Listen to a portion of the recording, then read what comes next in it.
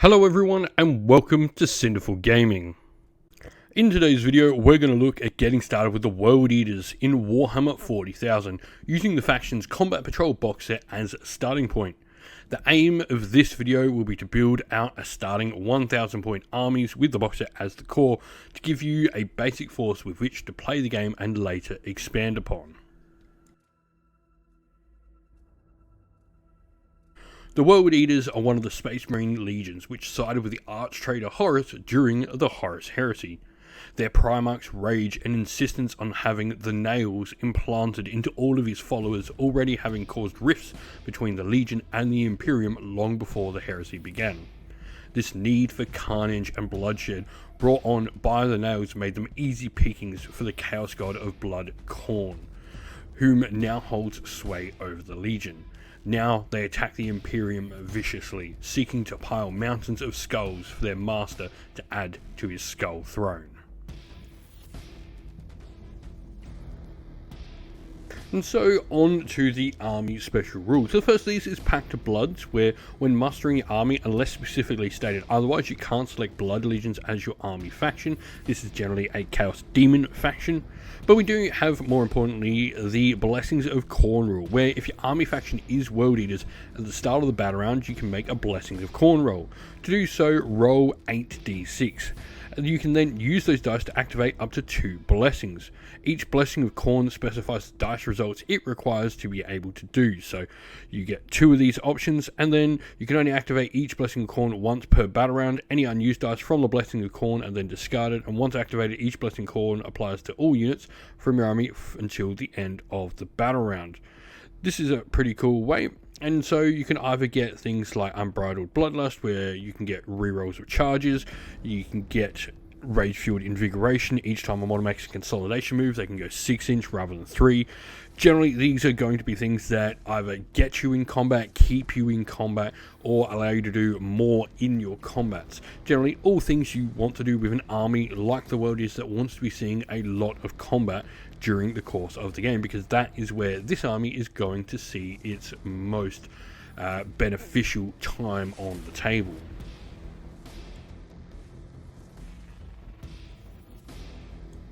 Today's video is sponsored by Gap Games, a fantastic miniature wargaming store in Queensland, Australia.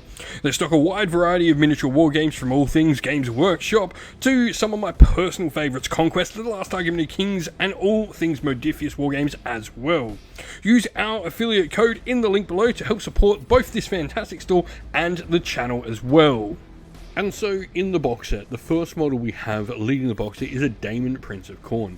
Now, you can take a Daemon Prince of Khorne with wings as well, but I do like, for the World Eaters, the non-winged variation.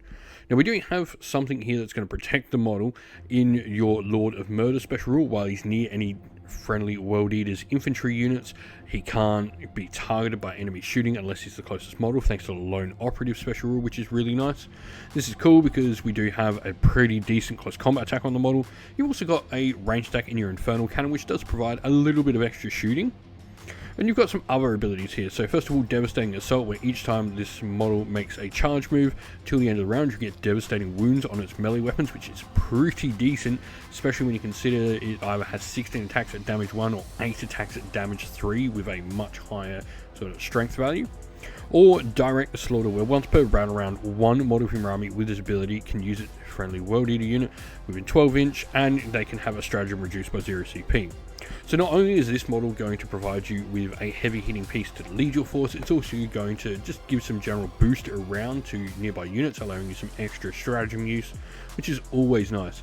This is going to be, a hammer piece that can lead sort of a infantry contingent of your force to go do some extra damage, and once again, like I said, make use of those extra stratagems. And so while the Demon Prince of Khorne is going to be sort of a more general stick around your unit's piece and give them some buffs, the Lord of Executions that we have next is going to allow you to attach itself to a unit of Khorne Berserkers and buff up that very particular unit. Forwards for Blood is a ability it has where while this model is leading a unit, you can reroll advanced rolls made for that unit, and each time it uses Blood Surge, you can reroll the d6. This is really cool. Blood Surge is an ability we'll get on to talking about when we get on to the Khorne Berserkers, but essentially it's some extra movement. And a Worthy Skull means each time this model makes an melee attack that targets a character, you can reroll the hit roll and reroll the wound roll, and each time this model's unit destroys a character, you gain an extra CP, giving it a really sort of distinct use of how we want to use this model and the unit it's leading. Now, the Axe of Dismemberment has the Precision special rule, which is pretty cool, where each time this model makes an attack, you can successfully wound and target an enemy character. It's a pretty cool way. This obviously gets you all the benefits of sort of those extra rerolls from your Worthy Skull ability, but it's also a devastating wound weapon with 5 attacks and damage too, so it can be pretty nasty on sort of those 4 to 6 wound characters. It can sort of spike and just take them completely out of the game. In general, this obviously is going to go into a Khorne Berserker unit and buff the unit and make them sort of a character hunting unit, whether that be characters that are in other units or it be characters that are monsters or lone operatives in their own right. Now, moving on to the aforementioned Khorne Berserkers, this is the basic infantry unit for the World Eaters. These are Space Marines dedicated to the Blood God Khorne, and they do have a pretty decent stat line, as you'd expect from any Space Marines, with 2 wounds, 3+ save, toughness 4. OC2 on them is really nice as well, and they come equipped standard with bolt pistols and can also have chain blades, which are an AP-1 damage 1 weapon, essentially chain swords. Now, you can have a variety of different upgrades on some of the models in this unit. First of all, your Berserker Champion can take a Plasma Pistol, which is a higher strength pistol weapon. Has the hazardous rule when you choose to supercharge it, but does have a pretty decent profile when you choose to do that. You can also have 2 of your other Khorne Berserkers equip those Plasma Pistols as well. This just gives you a little bit of an extra punch, potentially taking out a couple of Space Marines or Space Marine equivalent enemies when you're moving this unit around. They will do much more damage than your average sort of pistols will. You can also have a Khorne Eviscerator, which is a more damaging weapon, higher strength, AP-2, damage 2 on it. This helps you sort of get some extra attacks into enemies that you might otherwise be struggling to sort of hurt with your Khorne Berserker unit. Now, Blood Surge, as I said, is an ability where in your opponent's shooting phase, if an enemy unit has shot and any models from this unit were destroyed, you can roll a d6 and add 2 to the roll, and then essentially move forward, which is really, really cool. You've also got an Icon of Khorne, which is each time the Bearer's unit destroys an enemy unit, you gain a bloodshed point. Each time you make a Blessing of Khorne roll, you roll an additional d6 for each bloodshed point you've gained. So this really just helps sort of tick over your enemy abilities. And like I said, these guys are probably going to be the unit that joins in with your Lord of Executions and are going to be targeting those characters, so which is pretty cool, because when you get this, you can sort of destroy 2 units at a time with this. If you can destroy your enemy's infantry unit and then take out the character, you're going to get a lot of benefits from potentially having those bloodshed points used. And lastly, we have the Jackals. These are your cultist unit. These are your sort of basic humans that follow around in the wake of the World Eaters. What this unit is going to provide you with is a unit you can use to go grab objectives while your World Eaters, your Space Marines, are doing the damage for your force. Jackals come standard with their auto pistols and their basic sort of chain blades, but you can also have a Sonnet in the unit, which can take a couple of different weapon options, either your paired Manglers or the Skull Smasher and Mangler as well. Both of these have different profiles. You will get some damage to -1 AP in there from the Skull Smasher and Mangler, which I do like, just having that little bit extra AP. Yes, you're getting less attacks, but a little bit of guaranteed damage is something different for the unit, and honestly, it's not really going to matter too much on what your options are here. These are not going to be a unit that's going to be doing the best of fighting for you. They also can have that Icon of Khorne as well, same abilities for the bloodshed point generation as we've talked about in the Khorne Berserkers. The Objective Ravaged ability here is a big reason these guys are useful. Like I said, they're going to be a unit you can use to go and grab your objectives, where at the end of your command phase, if this unit's controlling an objective, it will remain under your control until your opponent can seize it off you. So this is a really cool way to sort of just have them jumping around, grabbing different objectives, potentially in your backfield, and forcing your opponent to have to come to you.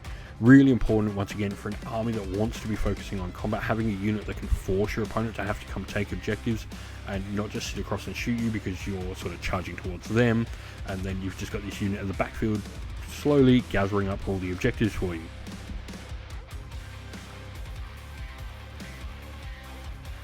And so, what to grab next? And the first thing I'm going to suggest is actually looking at a Hellbrute.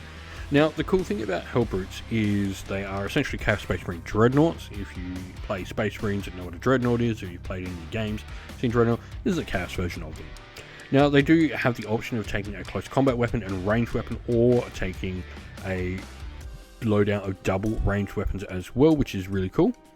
But the big thing here for me is that these can still benefit from a lot of your World Eater sort of combat benefits by having some of the cool combat weapon options you've got, from the Power Scourge, which is really good against enemy infantry, or the Hellbrute Hammer, which is going to give you some good tank busting ability. These are going to be really good models to have in your force.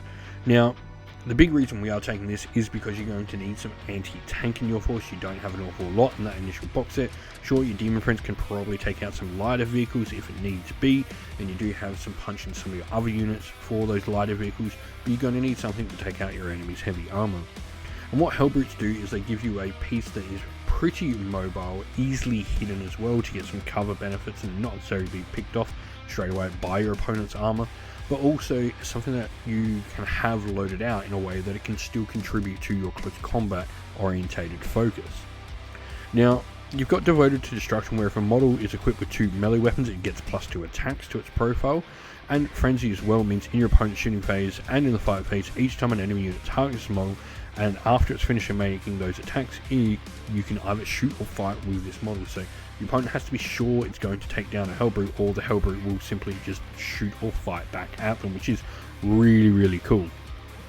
Now, like I said, you're going to want to potentially load these out, and you may want to grab a couple of these as well. So you could maybe have one with a close combat weapon, one with a dual range weapon could be a really good option as well. This can pack out quite a bit of firepower for the points cost. Next up, we have the 8-bounds, a more elite style infantry unit for the World Eaters. Now, 8-bound are pretty nice with toughness 6 and 3 wounds apiece, and also a 5-up invulnerable. These are essentially World Eaters that have had demons sort of come into their bodies. Now, Scout 6-inch is a really nice rule to have on a unit that wants to be in combat. What this is going to allow you to do is make a pre-game move up the table. But it's also got the Beacons of Rage, which is why I really like this unit. When a friendly World Eater's unit is within 6-inch, each time a model in that unit makes a melee attack that targets a unit, excluding monsters of the vehicle, you could add 1 to the hit roll. If that target a unit excluding monsters of vehicle as well, and it's below half strength, you get +1 to wound as well. It's a really great unit to sort of throw in support of some of your other pieces in the army, but also they do have a decent damage profile themselves with 5 attacks, strength 8, -2 AP and damage 2. It's going to help you take out, once again, some of the lighter vehicles, but also get some good damage in on enemy sort of elite, heavily armored troops. And so next up we have the Goremongers. Now this is an interesting unit. First of all, if you do like Warhammer 40,000 kill team, this is a fully functioning kill team in that type of game as well, which is awesome. But more importantly, they have some interesting rules that I think really help sort of benefit in the deployment step of the game. Their Infiltrator rule allows them to deploy in the midfield of the battle, and sort of the big thing here that I like is if your opponent has infiltrators too, you can sort of scupper some of the abilities of your scouts, as your scouts can't go too close to enemy infiltrators. So having your own infiltrating unit just allows you to push out, create a zone of where your opponent can't go, but also ensure that your scouts are able to make use of that scout move. So they're a really important piece there. But also they're going to give you the ability to immediately start grabbing some mid-game objectives, potentially lure your opponent into them. They aren't that tough in all things honesty, but what that's going to do, draw your opponent's units in, have to destroy this unit, and then allow your heavily more combat efficient units to go in and do the damage. Now you do also have Loping Speed, where once per turn when an enemy unit ends a normal advance or fallback move within 9-inch, if this unit's not within engagement range, you can make a normal move of D6. This can force your opponent to come out, potentially try and line up a shot. If they get too close, you just move away and force them to either have to shoot, target that unit, or leave you alone and let you go grab other objectives with the unit. They're a really useful piece, like I said, in that deployment phase to let you extend, but also they can be pretty fast and pretty annoying to sort of catch on the tabletop as well. And so for our force today, we have gone with the Berserker Warband as our detachment. I particularly like this because when you're starting World Eaters, this is exactly what you're aiming to play. Relentless Rage means each time a World Eaters unit from your army makes a charge, you get to add +1 to your attacks and +2 to your strength. Really simple, goes in line with everything you're going to want to be doing with a basic World Eaters force, and it does what it says on the box. And so, for characters in our force, the first of these we're going to have is the Demon Prince of Khorne. This model is going to be our warlord, and we've also thrown in an enhancement called the Helm of Brazen Ire. The big thing this does is each time an attack is allocated to this model, it reduces the damage by 1. This is going to help keep this model alive that bit longer. The amount of times that 1 damage will really stack, especially on things like damage 2 or damage 3 weapons, it really matters. Joining them in the characters as well, we then have our Master of Executions. For Battleline, we have our unit of 10 Khorne Berserkers, the champion with Plasma Pistol, another Khorne Berserker with Icon of Khorne, and 2 Khorne Berserkers with Plasma Pistol, while another has an Eviscerator. Now you can stack these upgrades on the same model. I always suggest not to put any of these upgrades on the same model. It means once you start losing things, you're not losing all your things at once. You might be in a case where if you've stacked the Icon of Khorne on a Plasma Pistol model, you all of a sudden lose both at the same time. You definitely don't want that. Other infantry wise, we then have our unit of 3 8-bound, our Goremonger unit with one of the Goremongers with twin auto pistols and another with Blood Harpoon, and our Jackals unit as well. 10 models in there, the Dishonored with Skull Smasher and Mangler, 1 Jackal with Mauler Chainblade, and another Jackal with Icon of Khorne. Lastly, for vehicles, we've gone with 2 Hellbrutes. The first of these has a Hellbrute hammer and twin autocannon. That's going to be a more mobile unit, while the other is much more a dedicated anti-tank platform with a missile launcher and twin las cannon equipped.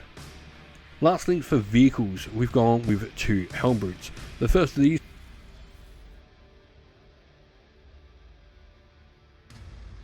We hope this video was helpful in getting you started with Warhammer Age of Sigmar, and it was able to give you some ideas and inspiration to start your own force in the game.